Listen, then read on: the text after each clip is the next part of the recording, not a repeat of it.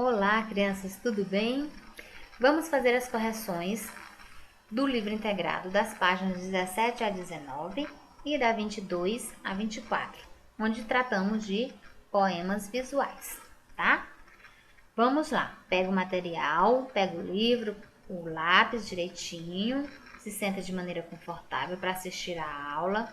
Procura não ficar perto de televisão, não ficar perto de outras pessoas que estejam conversando, tá?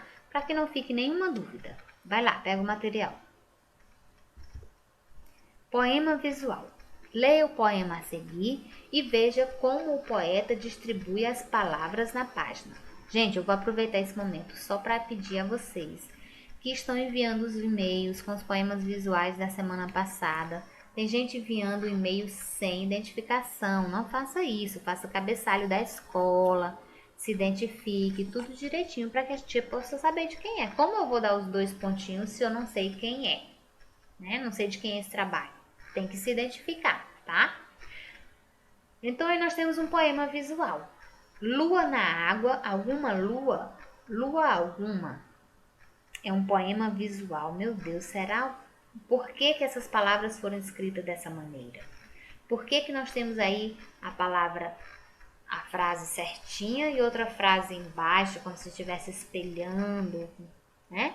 Se a gente prestar atenção no poema, ó, lua na água, o que a gente lembra? Dá para lembrar de uma lagoa, uma noite assim com a lua bem bonita. E aí, quando a gente olha para a lagoa, a gente vê o reflexo da lua. A gente vê a lua dentro da lagoa. Então, esse poema, eu acho que ele está tratando disso, não é? Será? Olha aí, não tem o reflexo daí, ó? As frases estão sendo refletidas. Eu imagino uma lua sendo refletida em uma lagoa. Vamos ver? Atividade 2. O que você notou sobre a disposição das letras no poema de Paulo Leminski? Paulo Leminski nasceu em Curitiba em 1944. Foi tradutor, professor, compositor, romancista e poeta. Morreu em 1989 com quase 45 anos. Então, o que você notou sobre a disposição das palavras no poema de Paulo Leminski? Alguns versos estão de ponta cabeça, não é?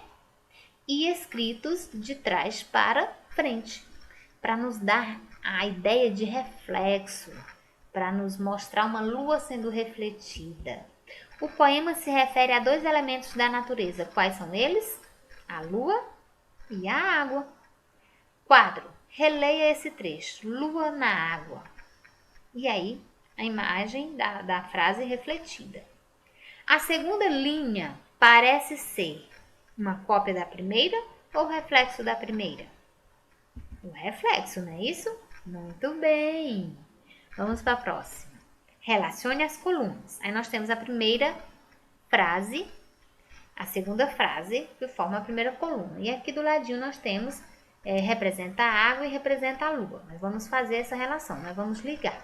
Lua na água. Essa frase representa a água ou representa a lua? A primeira frase que está escrita normal, tudo direitinho. Então, ela representa a lua. Muito bem. E essa segunda frase, que está como se fosse um reflexo, ela representa a água. Seria, no caso, a lagoa refletindo a lua, não é isso? Qual das imagens a seguir melhor representa esses versos? Lá fala de lua e de água. Então, qual é a imagem que é exatamente a primeira imagem, que tem lua e tem água. 5. Releia a segunda parte do poema. Lua alguma.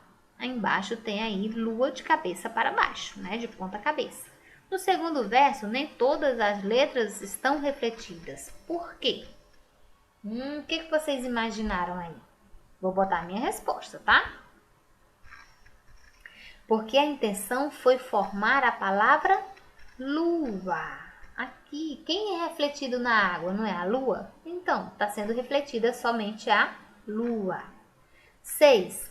Por qual parte você começou a ler o poema? Bem, esse poema está escrito direitinho, né? Ele não tem assim toda uma imagem como aqueles outros que a tia mostrou lá na aula. Então, esse daí dá para ler de forma corretinha, né? Mas isso aqui é uma resposta pessoal.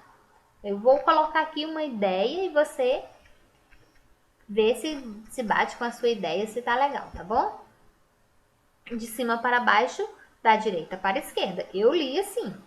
E eu acho que todos leram assim, porque ele tá escrito certinho, né? Começar a ler o poema pela segunda ou pela terceira parte prejudica o entendimento do texto? Justifique sua opinião. Será que em um poema, se eu começar a ler ele no final, vai dar certo? Se eu começar a ler ele no meio, vai dar certo? Isso muda alguma coisa? O que vocês acham? Então, eu acho que não. Uma vez que a proposta é perceber como um verso reflete o outro, assim como a água reflete a lua. Nesse caso desse poema aí não vai mudar muita coisa, porque quando você olha para o poema, você consegue ver aí que a intenção do autor era exatamente essa, mostrar o reflexo da lua na água. No poema, apenas 6 letras se repetem, formando as palavras. Que letras são essas? Volta lá no poema e vê que letras se repetem lá. Ó, A, L, U, M, N e a letra G. Muito bem. A repetição de palavras com as mesmas letras confere ao poema uma leitura com sonoridade ou uma leitura com monotonia. Uma leitura com sonoridade, não é isso? Poema tem sonoridade, tem rimas que fazem a gente ler de maneira gostosa. Vamos lá. Aí um lembrete. O poema de Leminski é um poema visual. Os poemas visuais têm como característica um aproveitamento criativo do espaço da página em branco, usando muitas vezes recursos gráficos, utilizando-se de palavras e de tudo que ela pode proporcionar, como som, forma visual, significado. O poema visual ele usa tudo. A ideia é permitir várias possibilidades de leitura. Aí nós temos outro poema visual. Agora, a água está em tudo. Está em nossa casa, nos rios, nos lagos e no mar. E também está na poesia. Olha aí ela. Leia mais um poema visual. Esse poema é o poema Onda.